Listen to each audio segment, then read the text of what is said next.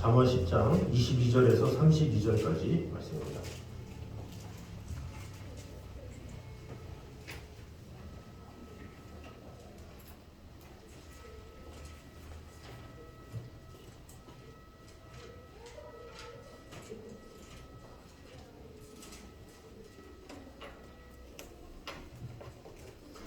장 22절에서 32절까지 말씀. 여호와께서 주시는 복은 사람을 부하게 하고 근심을 겸하여 주지 아니하시느니라. 미련한 자는 화학으로 나를 삼는 것 같이 명철한 자는 지혜로 나를 삼느니라. 악인에게는 그의 두려워하는 것이 임하거니와 의인은 그 원하는 것이 이루어지느니라. 세월이 바람이 지나가면 악인은 없어져도 의인은 영원한 기초 같으니라. 게으른 자는 그 부리는 사람에게 마치 이의 식초 같고 눈의 연기 같으니라. 여호와를 경외하면 장수하느니라. 그러나 악인의 수명은 짧아지느니라. 의인의 소망은 즐거움을 이루어도 악인의 소망은 끊어지느니라. 여호와의 도가 정직한 자에게는 상상이요 평안한 자에게는 멸망이니라. 의인은 영영이 이동되지 아니하여도 악인은 땅에 거하지 못하게 되느니라. 의인의 입은 지혜를 배워도 빼앗으면 배임을 당할 것이니라. 다 같이 읽겠습니다. 의인의 입술은 기쁘게 할 것을 알거늘 악인의 입은 말하느니라. 아멘. 자, 오늘은 의인과 악인의 운명이라는 제목으로 연애를 나누도록 하겠습니다. 오늘 본문은 주로 반의 대꾸법을 사용하면서 의인과 악인, 그리고 지혜자와 우매자의 삶의 자세, 그리고 그들의 운명을 대조하는 이 형식의 경구들이 쭉 나와 있습니다. 22절에서 30절까지 9경구는 의인과 악인의 이 상이한 궁극적 운명의 대조를 통해서 그 마지막이 허무한 악인의 길이 아닌 여호와께서 복을 주시는 의인의 길을 추구할 것을 이제 교훈하는 내용이 나와 있습니다. 이어서 32절, 32절은 의인과 악인의 입에 대한 한 쌍의 대조를 통해서 지혜로운 말을 하도록 이제 교훈하고 있습니다. 이런 본문은 현 세상에서는 이제 의인과 악인이 공존한다라는 것이고 그 차이점도 확연하게 드러나진 않지만 궁극적으로는 그 운명이 완전히 달라지게 될 것이다. 그것을 교훈하고 있습니다. 그래서 현 세상을 살아감에 있어서 최종적으로 받게 될 궁극적인 운명을 대비하는 지혜로운 삶을 살 것을 이제 강력하게 교훈한다라고 볼 수가 있습니다. 이런 솔로몬의 미래에 대한 식견 그리고 안목은 오늘날을 살아가는 성도들 역시 지니고 있어야 되겠죠. 그래서 우리는 땅에 발을 붙이고 살아가지만 하늘에 계신 하나님, 또 우리가 돌아가야 할 본향 천국을 바라보고 또 소망하며 살아가는 자들이고 또 오늘을 살지만 영원을 바라보며 살아가는 자들이기 때문에 항상 우리가 세상에 벗대고 있지만 그러나 이 하늘나라를 늘 소망하며 살아가야 할 것을 이제 교훈한다고 볼 수가 있습니다. 그럼 오늘 본문을 통해서 주신 은혜를 보도록 하겠습니다. 먼저 하나님의 축복은 이 세상이 결코 줄 수 없는 완전한 것임을 보여주고 있습니다. 우리 22절 말씀 한번 보도록 하겠습니다. 잠언 10장 22절 다 같이 한번 읽겠습니다. 시작. 여호와께서 주시는 복은 사람을 도하게 하고 근심을 겸하여 주지 아니하시느니라. 아멘. 자, 여기 보니까 여호와께서 주시는 복 이렇게 나와 있죠. 여호와께서 주시는 복, 그러면 무엇입니까? 여호와께서 주시는 복이 있고 사람이 스스로 얻는 복이 있다는 거죠. 그러니까 이 세상 많은 사람들은 복 많이 받으세요 그러면 그 복을 얻기 위해서 애를 쓰죠. 근데 그 복이 뭡니까? 물질적인 풍요잖아요. 그 물질적인 풍요가 있으면 사람이 행복할 것이다 이렇게 생각을 하고 있어요. 이게 되게 제가 어떤 유튜브도 보니까 우리 한국 사람들이 저출산이 많잖아요. 왜 그런가 했더니 이 외국 사람들은 행복이 뭐냐? 그러면 가정의 화목이래요. 그러니까 가정이 잘 되고 가정이 화목하게 지내고 가정이 여행 가면서 뭔가 이렇게 가정이 상당히 좀 화목하고 옹기종기 놀고 가정이 잘 되는 것을 행복이다 이렇게 생각을 하는데 유일하게 한국 사람들은 돈이 많으면 행복이다 이렇게 생각을 하는 거죠. 그러니까 돈이 많으면 행복한데 아기를 낳으면 돈이 많이 드니까 못 낳겠다 뭐 이런 거죠. 그러니까 행복에 대한 가치관에 따라서 추구하는 게 다른 거죠. 그러니까 외국 사람들은 진정한 행복은 가정이기 때문에 물질이 좀 어떻든 자녀 많이 낳아서 행복하게 살면 되지 이런 개념이 있는데 우리나라 사람들은 돈이 없는데 어떻게 자식을 낳냐 이런 식으로 생각을 하는 거죠. 그러니까 행복에 대한 가치 자체가 이제 다른 것을 볼 수가 있어요. 그래서 이 사람들마다 이 복도 차이가 있다는 거죠. 어떤 사람은 자녀가 복인 사람이 있고, 어떤 사람은 물질이 복인 사람이 있고, 어떤 사람은 명예가 복인 사람이 있고, 출세가 복인 사람이 있고. 그런데 그 복을 누가 주느냐 이게 참 중요하죠. 그러니까 사람이 보기에 뭐 이게 복일 거야 저게 복일 거야 하지만 좋긴 좋은 거잖아요. 근데 그 좋긴 좋은 건데 그것을 내가 스스로 이루느냐 아니면 하나님께서 주시느냐 그 차이가 있다는 거죠. 나의 노력으로 나의 힘으로 그 복을 얻는다. 그러면 어떻게 돼요? 그것은 허무할 뿐이다. 이것을 말하는 거예요. 그래서 여호와께서 주시는 복은 하면서 여기서 말하는 것은 바로 사람을 부하게 하고 근심을 겸하여 주지 아니하시느니라 이렇게 얘기하잖아요. 그러니까 하나님께서 주시는 복의 특징이 뭐냐? 부하게 하고, 이 부하게 한다는 게 어떤 마음의 기쁨을 얘기하는 거죠. 마음의 풍족함. 하나님께서 주시는 그 복을 받는 사람은 마음적으로도 편하고 심신으로도 편하고 부족함이 없고 거기다가 뭐라고 그래요? 근심이 없게 근심을 겸하여 주지 아니하시느니라 이렇게 얘기하고 있죠. 물질을 줬든 뭐 자녀가 잘 됐든 어떤 일이든 그것이 어떤 복이든지 하나님께서 주시는 것은 근심이 없다. 평안하다라는 거죠. 근데 나의 욕심으로 뭔가 부를 이루려고 노력을 하고만 하면 겉으로 보기에는 부한 것 같고 겉으로 보기엔 명예를 얻은 것 같고 겉으로 보기엔 내 자녀가 잘 된 것 같은데 하나님께서 주시는 복이 아닌 경우는 특징이 뭐예요? 이 반대겠죠. 근심이 많겠죠. 부하면서도 걱정이 많고 부하면서도 마음이 평안하지 못하고 이것을 말하는 거죠. 그래서 이 성경에서 말하고자 하는 이 요지는 뭐냐? 너희가 복을 받기를 원한다. 이 하나님은 우리에게 복을 주기 원하시는 분이잖아요. 근데 그 복을 주기 원하시는데 하나님으로부터 말미암아 복을 받아라 이렇게 얘기하는 거예요. 근데 우리 인간은 내가 노력을 해서 내가 어떻게든지 복의 사람이 되려고 노력하는데 그 복은 하나님이 주시는 거예요. 내가 정의를 내릴 수 있는 게 아니라 하나님께서 그 복을 주시고 은혜를 주시는 분이다라는 거죠. 그래서 하나님께서 아브라함이 갈 바를 모를 때 창세기 12장에 뭐라 그럽니까? 너는 너의 본토 친척 아비 집을 떠나 내가 내게 지시할 땅으로 가라. 자, 내게 지시할 땅으로 가는 게 바로 뭐예요? 너는 복의 근원이 될지라 이렇게 얘기하고 있어요. 복의 근원이 되기 위해서는 어떻게 돼요? 떠나야 되죠. 이 떠나는 것이 아브라함에게 복인 거예요. 아버지 밑에서 우상 숭배하는 아버지 밑에서 수입도 많고 뭐 그러면 인간적인 면으로 보면 수입이 많으니까 복이다 생각할 수 있지만 하나님께서는 너 그거 복 아니야. 떠나는 게 복이야. 이렇게 얘기를 하는 거죠. 근데 이 아브라함이 당장 떠나지 못하죠. 이 아버지 데라가 살아있을 동안에는 이래저래 눈치 보느라고 떠나지 못해요. 그것이 이제 사도행전 스데반이 설교를 하죠. 그러다가 데라가 죽은 후에 아브라함이 떠나요. 그럼 뭐예요? 그제서야 돌이킨 거죠. 그것이 복인 줄 알고 갔는지 모르고 갔는지 몰라도 데라가 죽었기 때문에 이제 아브라함은 떠난 거예요. 그 떠나면서 실질적인 복의 시작이 되는 거죠. 그러면서 하나님께서 일하기 시작하는 거예요. 뭐 그 과정 가운데 아브라함의 실수가 있고 부족함이 있고 연약함이 있지만 결국에 하나님께서 그런 아비멜렉을 통해서든 오히려 그 복을 막 이렇게 주시죠. 넘치도록 부하게도 하시고 뭐 여러 가지 그런 아브라함을 통해서 길리온 자 318명도 허락하여 주시고 또 너무나도 부해서 롯하고 갈라지면서 더 풍족한 땅을 이루어 주시고 이런 수많은 복을 주셨다는 거죠. 그러니까 하나님께서 복을 막 주시는 거예요. 하나님 말씀에 이랬든 저랬든 결국에 순종했더니 복의 근원이 되었다라는 거죠. 그래서 너를 축복하는 자에게는 내가 복을 내리고 너를 저주하는 자에게는 내가 저주하리니 땅의 모든 족속이 너를 말미암아 구원을 얻으리라 이렇게 복을 받으리라 이렇게 말씀하셨죠. 그래서 복의 근원이 되라 이것은 뭐예요? 하나님께서 너에게 복을 책임져 줄게. 그러니까 내 말대로 따라 이렇게 말을 하는 거죠. 아브라함은 너무나도 연약해서 기근이 심해가지고 애국으로 내려가기도 하고 이랬다가 저랬다가 해요. 인간이기 때문에 연약해서. 그런데 하나님께서 택하신 바대로 했을 때는 하나님께서 때에 따라서 사람을 만나게 해주시고 물질을 주시고 풍요를 주시고 많은 것들을 주신다는 거죠. 결국에 그 복은 어디로 말미암느냐 이것을 잘 알아야 돼요. 우리 성도들도 나에 대한 물질에 대한 거나 이런 것도 이 복은 내가 만든다 이게 아니라 하나님께서 주셔야 되는 거예요.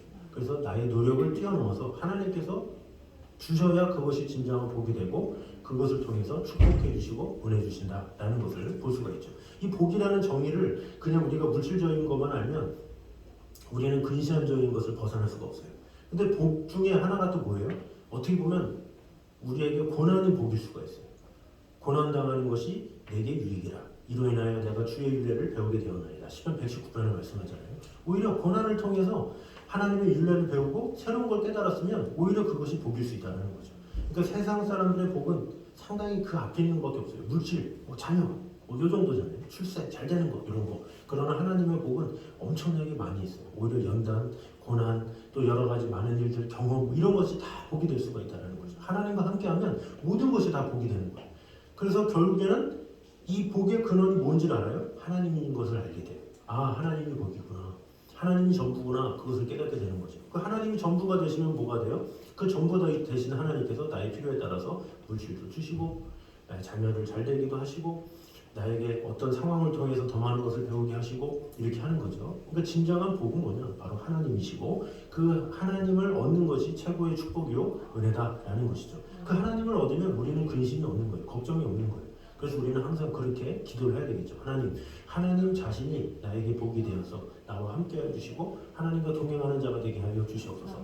이런 간구가 있을 때 복이 되신 하나님께서 나에게 필요에 따라서 이것도 주시고 저것도 주시고 상황에 따라서 많은 것을 돌봐주시고 책임져 주신다라는 것입니다. 그래서 우리 모두가 하나님의 축복은 이 세상에 결코 줄 수 없는 완전한 것임을 알아서 진정한 복은 하나님이심을 분명히 깨달아서 오직 하나님께만 나아가는 저와 여러분 되시기를 주님의 이름으로 축원합니다.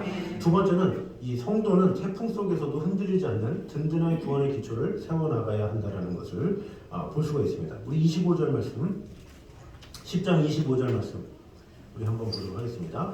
회오리 바람이 지나가면 악인은 없어져도 의인은 영원한 기초 같으니라. 아멘. 자, 그리고 30절에 보도록 하겠습니다. 10장 30절 시작. 의인은 영영이 이동되지 아니하여도 악인은 땅에 거하지 못하게 되느니라. 아멘. 자, 여기서 이 회오리 바람이 나오죠. 그리고 악인은 없어진다. 이렇게 이것은 소멸시키다. 여기서 파생된 단어인데 하나님의 심판적인 형벌을 비유한 표현이라고 볼 수가 있습니다. 이것은 꼭 가공할 위력을 지닌 회오리 바람이 지나갈 때 악인은 그 위력에 밀려서 흔적도 없이 사라지게 될 것이다. 이렇게 말을 하고 있는 것이죠. 반대로 의인은 그것이 지나간 후에도 흔들림 없이 그대로 서 있을 것이다. 이렇게 말하는 거죠. 이 이야기는 예수님이 산상수훈에서 마태복음에서 하신 말씀과 같은 맥락이라고 볼 수가 있습니다. 마태복음 7장 24, 25절에 누구든지 나의 이 말을 듣고 행하는 자는 그 집을 반석 위에 지은 지혜로운 사람 같으리니 비가 내리고 창수가 나고 바람이 불어 그 집에 부딪히되 무너지지 아니하느니 이는 주초를 반석 위에 놓은 연고라. 이렇게 말씀하고 있죠. 그리고 말씀을 듣지 않은 인생은 뭐라 그럽니까? 그 집을 모래 위에 지은 어리석음 같아서 비가 내리고 창수가 나고 바람이 불어 그 집에 부딪힐 때 무너져 그 무너짐이 심할 것이다. 이렇게 말씀하고 있죠. 결국엔 이 순종과 실천으로 하나님 앞에 서는 자는 영영이 서게 되지만 하나님의 말씀에 불순종하고 하나님을 업신여기는 자들은 곧 멸망하고 무너지게 될 것이다. 이렇게 말을 하고 있는 것이죠. 그래서 우리의 모든 미래는 주님께서 책임지신다. 주님께서 감당하신다. 주님께서 돌보신다. 이것이 중요하죠. 사람들은 머리로는 알아요. 나를 지키신 분이 하나님이시야. 나의 모든 것의 피난처는 하나님이시야. 이 많은 성도들이 머릿속으로는 생각을 많이 하는데 믿음이 이 엄청 깊숙이 들어가진 않아요. 그래서 보통 사람들이 무엇을 많이 합니까? 이 보험 가입 같은 거 많이 해요. 근데 보험이 잘못됐다는 게 아니라 이 너무 이렇게 불안한 나머지 이것도 들고 저것도 들고 저것도 들고 이것도 들고 여러분 이렇게 보험 들어보셨지만 이렇게 몇 가지만 사실 중요한 건 나머지는 있지도 않은 전혀 있지도 않은 막 그런 것들이 상당히 많이 있어요. 근데 왠지 사람이 어때요? 이거를 표시 안 했다가 혹시나 일이 일어나지 않을까 하면서 또 그걸 또 교묘하게 요거 20원 요거 한 달에 30원 그러니까 한 달에 20원이야 30원이야 50원이야 이게 쌓이니까 5만원 6만원 10만원 막 넘잖아요. 근데 사람들이 불안하니까 자꾸 이렇게 그런 것에 해서 막 상당히 불안한 사람들은 뭐 보험을 5개 10개 막 그러고도 불안한 사람이 있어요. 그러면서 막상 또 다치면 또 보험이 아깝다고 그 보험비 안 쓰고 막 하는 경우도 있고. 그러니까 참 이 사람이라는 게 항상 불안함으로 사는 존재다라는 것을 이제 볼 수가 있습니다. 근데 중요한 것은 뭐냐? 우리가 그런 것에 하느라고 하나님이 나의 보호가 되시고 피난처가 되시는 것을 잊는 경우가 많다는 거죠. 그러니까 그것이 잘못됐다는 게 아니라 이것에 막 세상에 막 그런 제도가 잘 돼 있고 그러다 보니까 하나님만이 도움이시야 이런 것을 이제 모르고 그럴 때도 있다라는 거죠.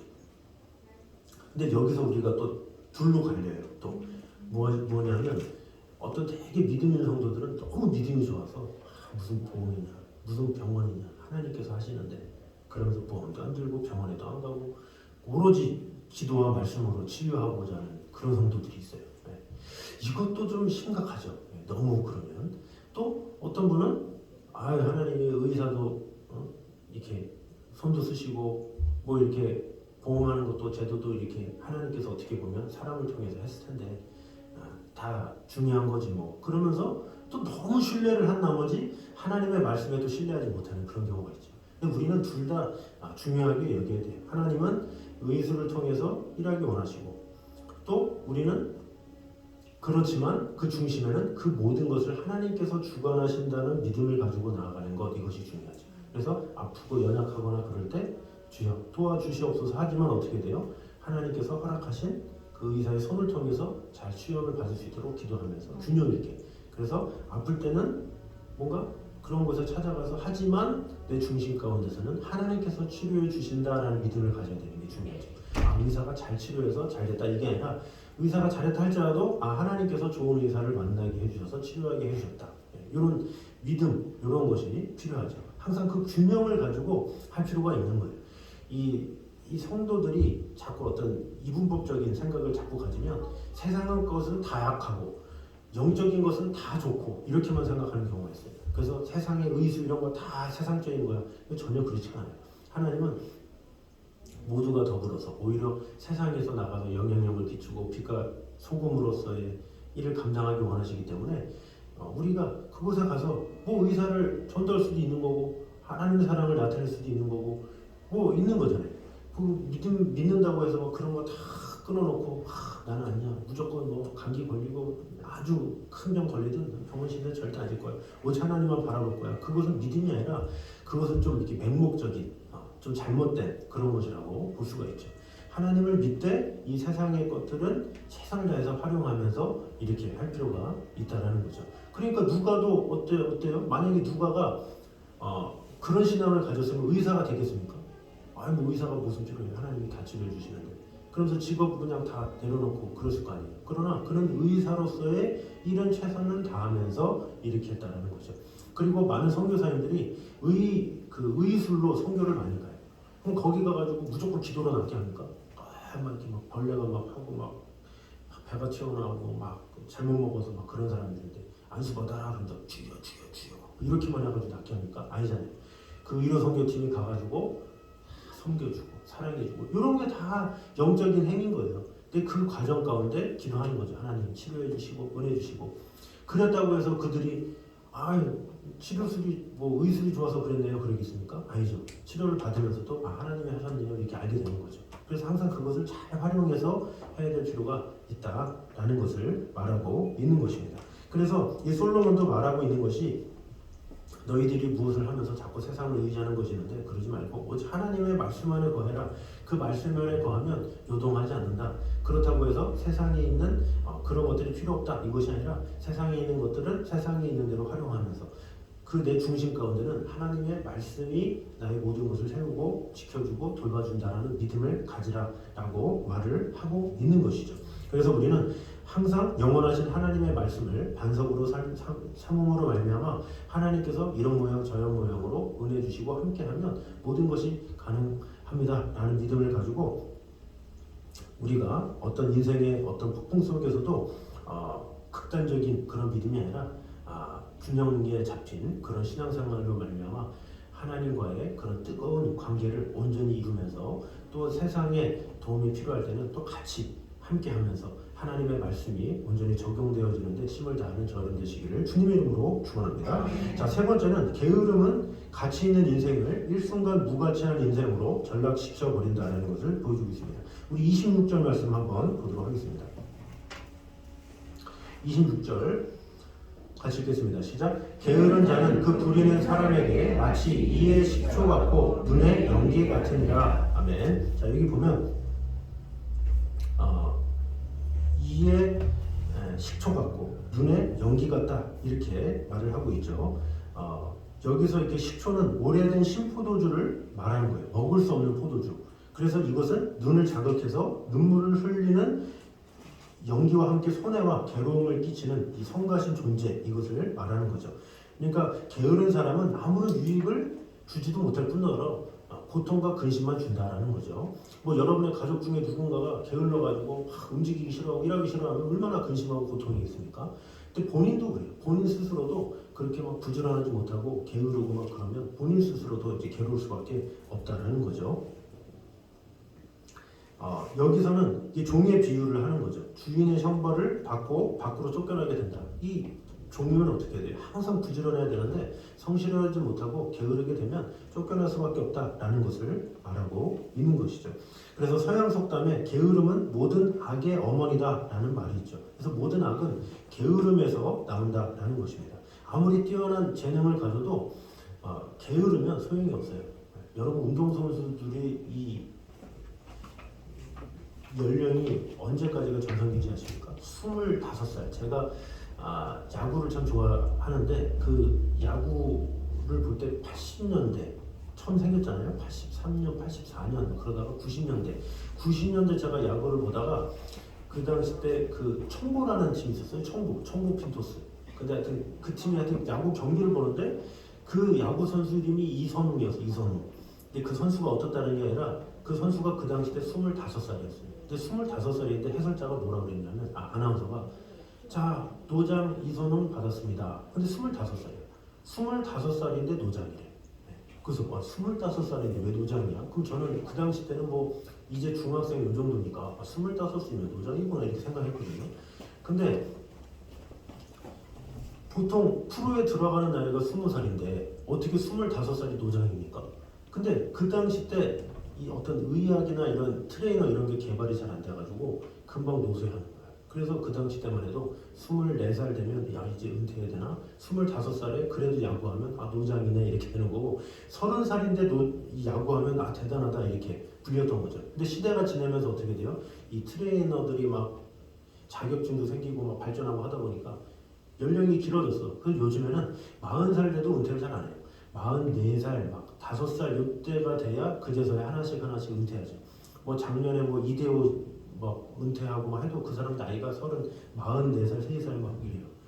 40대 초반부터 이제 그제서야 이제 하고 있는 거죠. 외국 갔다 온 뭐 추신수 같은 선수도 40살이 넘어요, 훨씬. 그런데도 계속 하고 있는 거예요. 축구 선수도 마찬가지죠.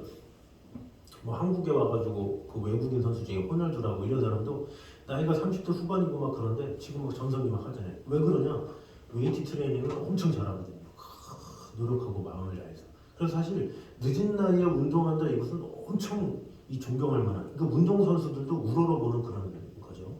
그러니까 20대 후반만 돼도 사람들이 퇴보해서 한 30살만 되면 계약할 때 막 1+1 계약하거나 1년 플러스 1년 이렇게 하거나 그냥 2년만 하고 끝내거나 이렇게 하는데 막 요즘에는 35살 이래도 4년 계약, 6년 계약 이렇게 해요. 왜? 그 사람의 선수를 보는 거죠. 이 사람이 얼마나 자기 관리가 뛰어난가. 그래서 자기 관리가 뛰어난 사람은 40살이 넘어서도 하기 때문에 그렇게 한다는 거죠. 자기 관리가 뛰어나지 않은 사람은 금방 은퇴해요. 20대 중반 좀만 넘어도 진짜 노장이 되어가지고 은퇴하는 경우가 많이 있다는 거죠. 자, 그 은퇴의 그 핵심이 뭐냐? 게으르기 때문에 그래요. 게으른 사람들은 운동을 해도 자기 운동 조절을 잘 안 해요. 자기 관리를. 근데 부지런한 운동선수의 특징이 뭐냐? 항상 운동한다는 거죠. 아까 제가 얘기했던 이 호날두라는 선수는 되게 좀 속된 말로 싸가지가 없기로 유명해요.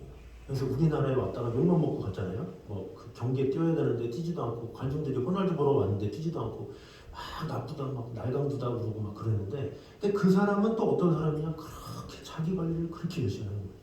뭐 생활도 문란하고 뭐 성격도 안 좋고 막 엉망인데 자기 관리는 그렇게 잘해요. 항상 열심히 2시간, 3시간 막 열심히 막 하니까 자기와 같이 뛰었던 룬이라는 선수가 있는데 그 선수는 이미 20대 후반에 은퇴해가지고 지금 감독하고 있는데 본인은 아직도 선수하고 있는 거예요. 그러니까 다른 거죠. 자기 관리가 잘하는 사람은 그거는 본받을 만한 거죠. 그래서 우리의 이 삶에도 마찬가지예요. 자기 관리를 얼마나 잘하느냐 이게 참 중요해요. 나이가 좀만 먹어도 게으름 피고 뭐 이렇게 하는 게 아니라 자기 관리만 잘하면 요즘에는 다 이렇게 할 수가 있죠. 여러분 이렇게 가수들 이렇게 보면 나이가 들었는데 되게 젊어 보이는 분들 상당히 많잖아요. 근데 알고 보니까 80대고 90대고 이런 분들 상당히 많잖아요. 네. 저도 이전에 교회 때 김수희 씨가 한번 본 적이 있는데 되게 젊어가지고 근데 지금 몸 80도 훨씬 넘었거든요. 네. 물론 그게 다 보톡스하고 했겠죠. 네. 그러긴 했는데 어떤 그런 게 자기 관리라는 거죠. 자기 관리. 이 보톡스 넣은 게 관리라는 게 아니라 어떻게든지 활동하려고 하고 막 그냥 나 은퇴했다고 이렇게 그런 게 아니라 계속 나는 항상 전성기다라는 마음을 가지고 자기 관리에 힘쓰고 이런 게 귀한 거다라는 거예요. 그래서 우리도 항상 어떤 일을 할 때 우리는 자꾸 내려놓는 습관이 있잖아요. 나는 몇 살이 돼서 내려놓을래. 나는 얼마큼 해서 내려놓을래. 이런 건 좋은 습관이 아닌 거예요. 항상 내가 할 수 있는 한 최선을 다하는. 그렇다고 물려주지도 말고 혼자 해라 이것이 아니라 당신이 해, 네가 해. 그러나 내가 뒤에서 도와줄게. 이런 게 좋다라는 거죠. 난 이제 그만할래 이게 아니라 네가 할 수 있도록 난 뒤에서 최선을 다해서 도와줄게 하면서 더 부지런히 일하고 더 열심히 일하고 이런 것이 필요하다라는 거죠. 그런 부지런한 삶을 하나님께서 기뻐해 주시고 은혜 주신다라는 것을 이제 볼 수가 있습니다. 그래서 우리는 세상에서도 열심히 하고 또 교회에서도 열심히 하고 그런 마음을 다하는 그런 것이 필요하겠죠. 그래서 교회에서도 그런 모습이 있어야 되고 세상에서도 그런 모습이 있어야 돼요. 근데 이것도 또 이분법적으로 갈려요. 어떤 사람은 세상에서는 그렇게 열심히, 세상에 주어진 일은 그렇게 빠르고 세상에서는 그렇게 인정받을 수 없어. 근데 교회만 오면 힘이 없어. 골골대고 일이 많다고 그러면서 이렇게 그런 경우. 또 어떤 분은 어때요? 교회에서는 팔 걷어붙이고 주의 일을 하면 최선을 다하지. 그런데 뭐 세상에서는 일을 하네. 네. 세상에 뭐 세상 일은 다 헛된 거야. 헛되고 모든 것이 헛되다. 세상 것은 다 죄악이다 하면서 세상은 또 멀리하고 또 그것도 잘못된 거죠. 밖에서는 밖에서대로 최선을 다하고 또 교회에서는 교회에서대로 최선을 다하고 그래서 밖에서도 인정받고 주님 앞에도 인정받고 이런 모습이 진정한 모습이다라는 거죠. 그래서 우리는 게으름을 버리지 말고 세상에서든 하나님 앞에서든 항상 열심을 다하는 것 그것을 기뻐하시는 거예요. 그래서 우리는 어느 곳에 처하든지 세상에 있는 상황이든 하나님 앞에 서든지 최선을 다하고 전심을 다함으로 말미암아 저 사람 참 자기 관리를 잘하는구나. 참 성실하구나. 부지런하구나. 이렇게 말을 들어야지. 아유 그래 나이가 됐으니까 이제 은퇴할 때가 됐지. 이런 말을 듣는 건 사실 좋은 게 아니죠. 그래도 열심히 하는구나. 힘있게 나아가는구나. 이런 것이 오히려 힘을 주고 도전을 주는 거죠.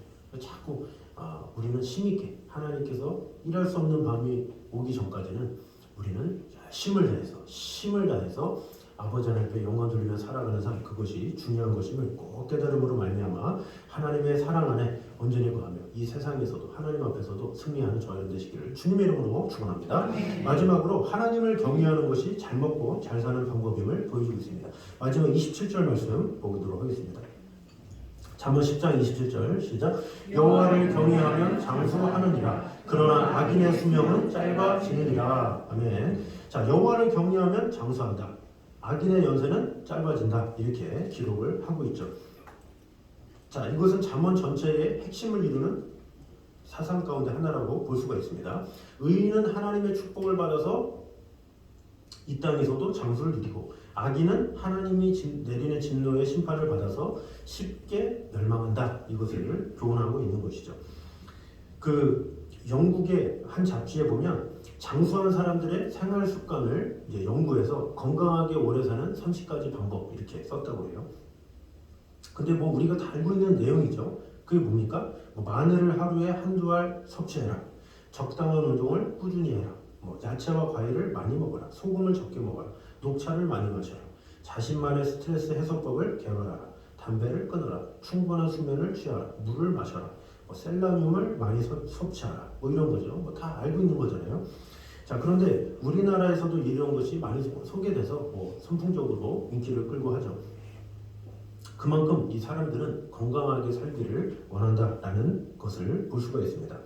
자, 그런데 우리가 오래 살기 위한 하나의 방법이 뭐냐? 바로 하나님을 경외하는 것, 그것이다 라는 것이죠. 실질적으로 이렇게 미시간대나 이런 것을 조사하는 기관이나 이런 데 보면 누가 수명 오래 사느냐 이렇게 보면 신앙인들이 오래 산다. 이것은 뭐 누구나 다 알고 있죠. 왜 그렇습니까? 신앙인들이 오래 사는 이유는 뭐냐? 이 세상 사람들의 특징은 뭐예요? 스트레스가 많죠. 스트레스를 자기가 해결하려고 그러니까 몸을 혹사시켜야 돼요. 스트레스를 해결하기 위해서 술 먹고 담배 피고 막 어떤 문란한 생활을 하고 뭔가 이런 것들이 벌써 몸을 다치게 하는 거죠.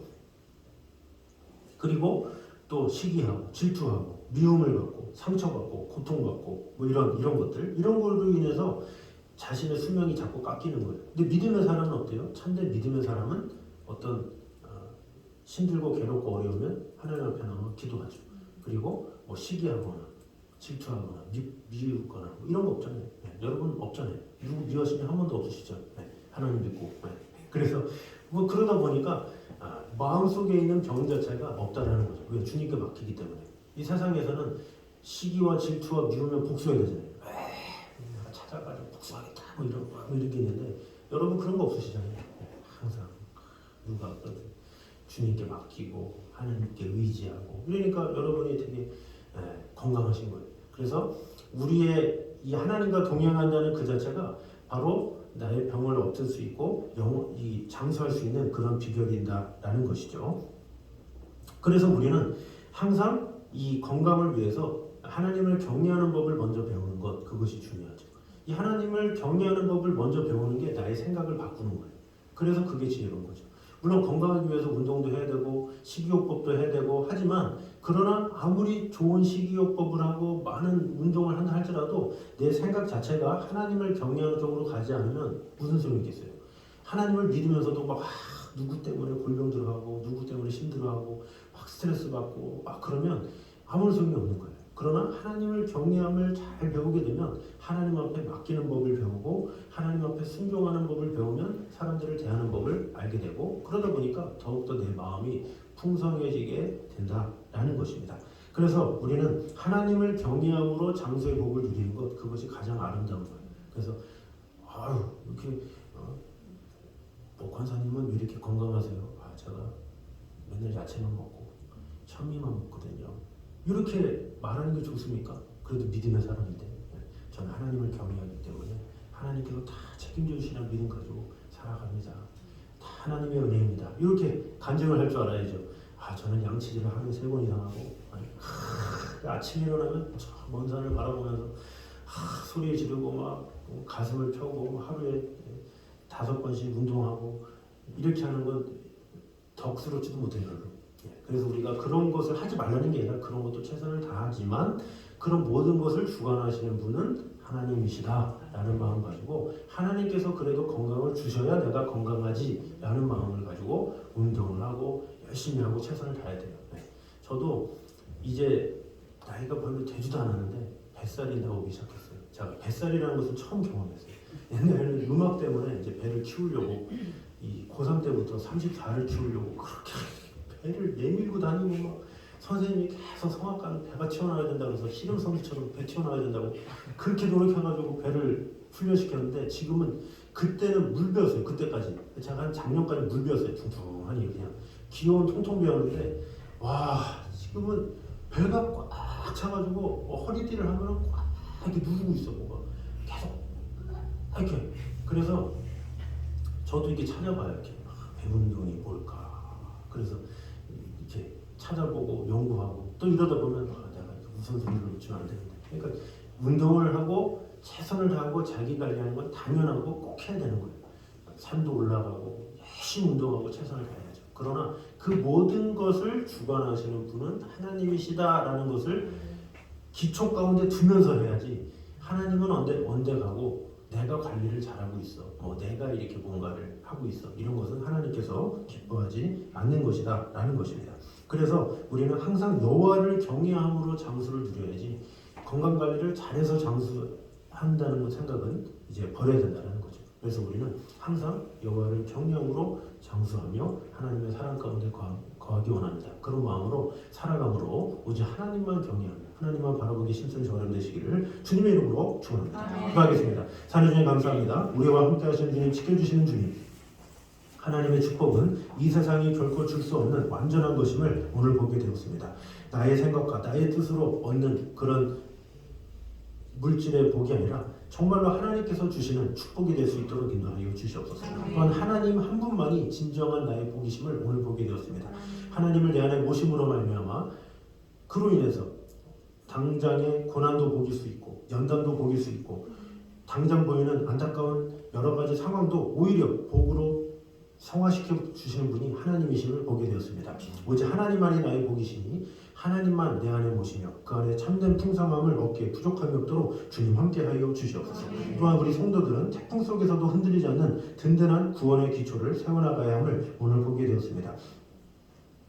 어떤 상황에서도 우리가 항상 말씀을 붙잡음으로 말미암아 이 세상을 의지하는 것이 아니라 오직 하나님만을 의지하며 나아갈 수 있는 그런 자들이 되게 하여 주시옵소서. 또한 게으름은 가치 있는 인생을 일순간 무가치한 인생으로 전락시켜버리는 것을 오늘 보게 되었습니다. 우리가 열심히 행하되 특별히 세상에서도 하나님 앞에서도 열심히 행하기에 부족함이 없는 성도 될 수 있도록 주님 함께하여 주시옵소서. 또한 하나님을 경외하는 것이 잘 먹고 잘 사는 장수하는 비결임을 오늘 보게 되었습니다.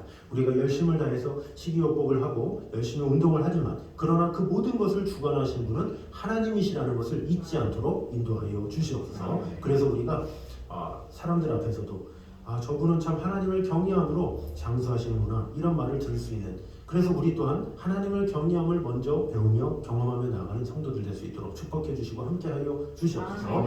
이제는 우리 주 예수 그리스도의 은혜와 하나님 아버지의 무한하신 사랑과 성령님의 교통하심이 늘 우리와 함께하심을 우리의 모든 것을 지켜주시고 돌봐주시는 하나님만을 경외하며 나아가길 원하는 이 자리에 있는 모든 성도들 위해 이제부터 여기까지 함께 있기를 간절히 축원하옵나이다. 아멘.